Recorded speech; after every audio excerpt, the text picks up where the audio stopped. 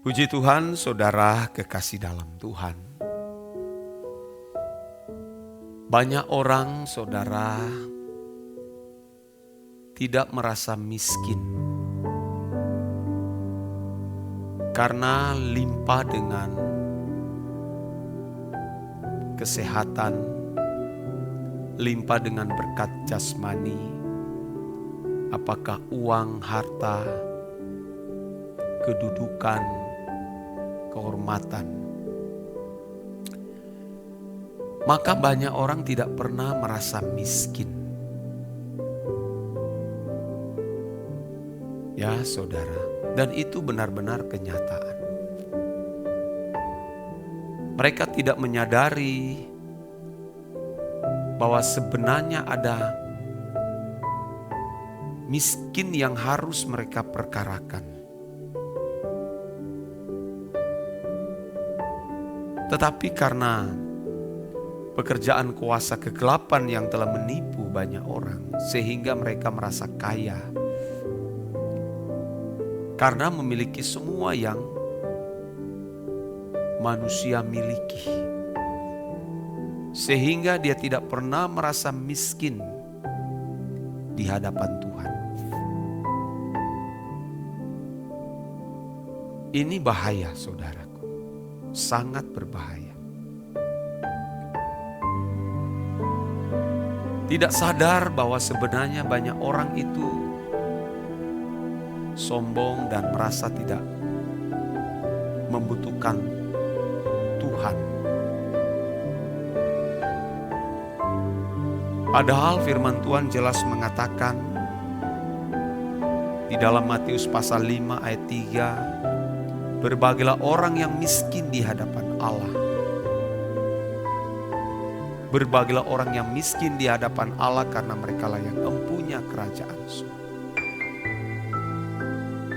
Mestinya kita harus benar-benar merasa miskin di hadapan Allah, bukan merasa miskin di hadapan manusia.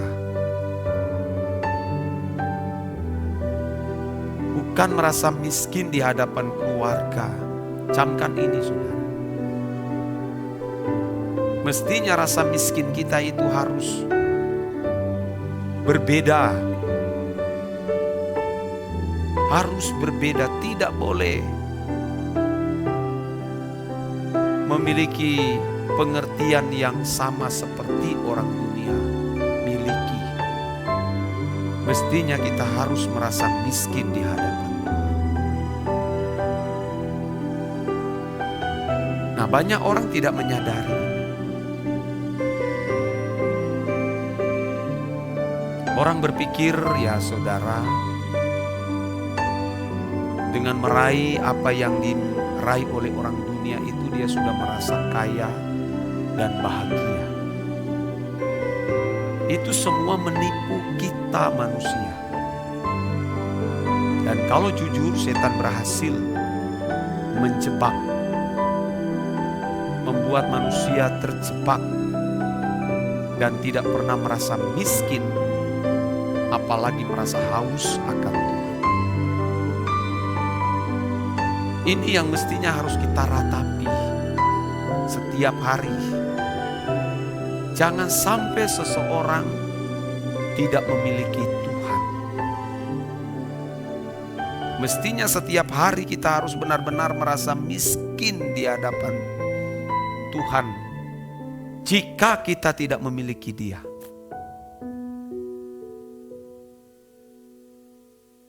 Di dalam Alkitab berulang-ulang saya menyampaikan ini. Dalam Injil Lukas 16, kisah mengenai orang kaya yang merasa tidak miskin di hadapan Tuhan. Karena dia sudah masuk jebakan kuasa kegelapan. Coba Anda perhatikan orang kalau berduit, ya, kecuali orang itu takut akan Allah. Tapi rata-rata orang yang berduit, dia tidak membutuhkan Tuhan. Tidak membutuhkan Tuhan. Yang nanti membutuhkan Tuhan di saat menghadapi kritis, keadaan yang sulit sukar, entah karena ditimpa dengan pergumulan yang berat, masalah dalam rumah tangga, keluarga, atau masalah sakit penyakit, atau berada di ujung maut, baru dia mau mencari yang satu ini, yaitu Tuhan. Tapi coba dia selama dia hidup, apakah dia merasa miskin di hadapan Allah? Bahkan Tuhan itu tidak dianggap penting dan utama. Lihat bagaimana orang kaya yang dikisahkan di Injil Lukas dalam Lukas 16. Sepanjang dia hidup, dia tidak membutuhkan Tuhan. Dia hidup dengan pesta pora, hidup dalam kemewahan. Dia menyombongkan diri, saudara. Dia tidak sadar bahwa semua itu adalah sebuah jebakan dan menipu dan menyeret dia masuk ke api kekal.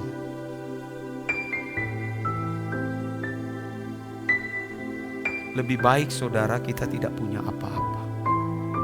Dan kalaupun kita punya, kita harus belajar melepaskan semua itu, seolah-olah tidak memiliki.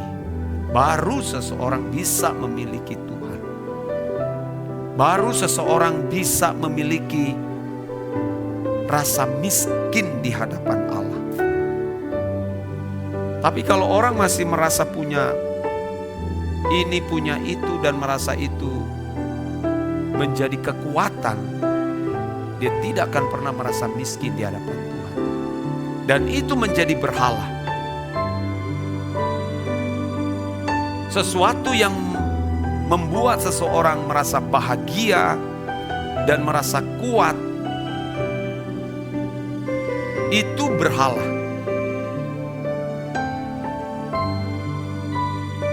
Apa yang membuat seseorang bahagia dan merasa aman dan nyaman, itulah berhalanya. Dan itulah yang mendominasi hidupnya. Tapi kalau seseorang dia merasa miskin kalau tidak memiliki Allah, itulah yang akan mendominasinya. Tergantung, saudara, motivasi kita masing-masing. Apa yang mendominasi dalam hidupmu? Uangkah, pangkatkah, kedudukankah, kehormatan, nilai dirimu? Atau saudara banyak pengikut yang menyanjung-nyanjung engkau? Saudara punya kekuatan-kekuatan yang lain? Itulah yang akan mendominasi saudara. Padahal Tuhan Yesus mengatakan kamu tidak dapat mengabdi kepada dua Tuhan. Kita harus hanya memiliki satu pengabdian, yaitu Tuhan. Kalau firman Tuhan mengatakan dalam 1 Timotius 6 ayat 8, asal ada makan pakaian cukup.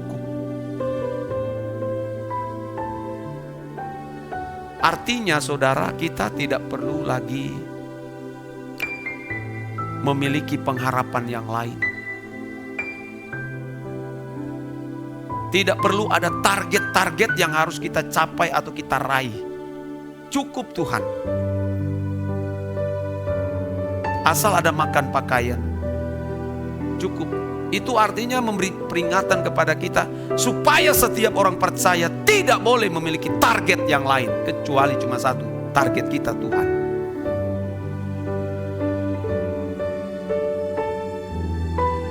Saya ini ya saudara banyak melakukan kesalahan. Ya, dan Tuhan masih memberi kesempatan untuk boleh berubah. Saya telah banyak membuang waktu-waktu yang panjang, berkhotbah dengan sembarangan. Kadang berkhotbah hanya mengikuti perasaan manusia, tapi tidak tegas, karena ada motif-motif tertentu. Tapi ketika melihat seseorang berada di ujung kematian, baru mata saya dicelikkan. Kenapa aku tidak khotbah sekuat-kuat, setegas-tegas mungkin, agar orang ini dapat diselamatkan. Tapi kita saudara ini, hamba Tuhan begini ya saudara. Kadang kita berkhotbah sesuai dengan perasaan manusia. Kita mengikuti irama zaman.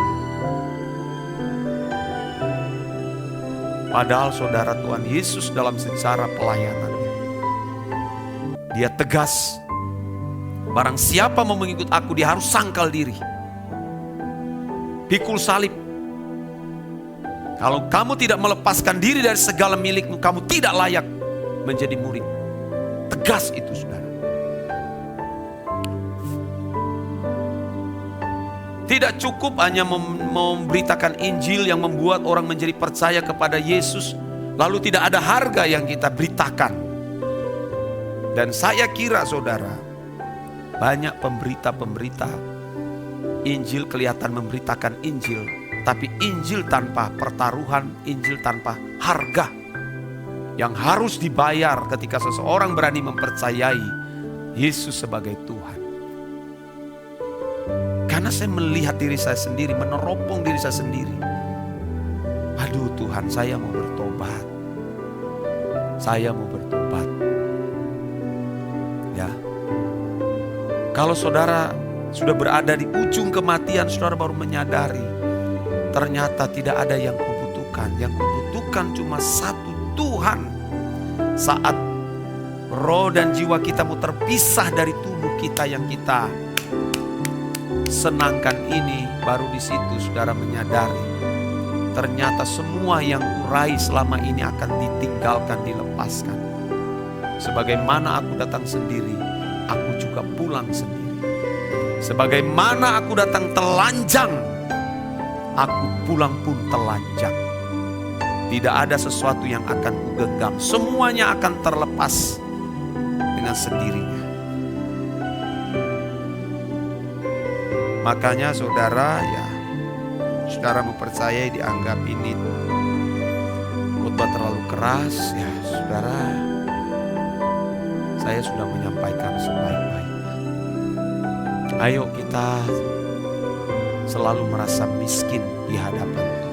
Jangan merasa miskin hanya karena nak punya ini, punya itu. Tidak apa-apa. Kalau Tuhan menghendaki kita hanya tinggal di gubuk reot, tidak menjadi masalah. Jangan menjadikan itu sebuah masalah besar. Yang penting kita masih hidup. Ya saudara, yang kita mau selesaikan ini adalah manusia batinia yang masih rusak di hadapan Allah. Jangan sampai kita dipandang hina di kekekalan. Ya, ini menjadi sebuah pesan Tuhan, peringatan bagi kita semua. Amin.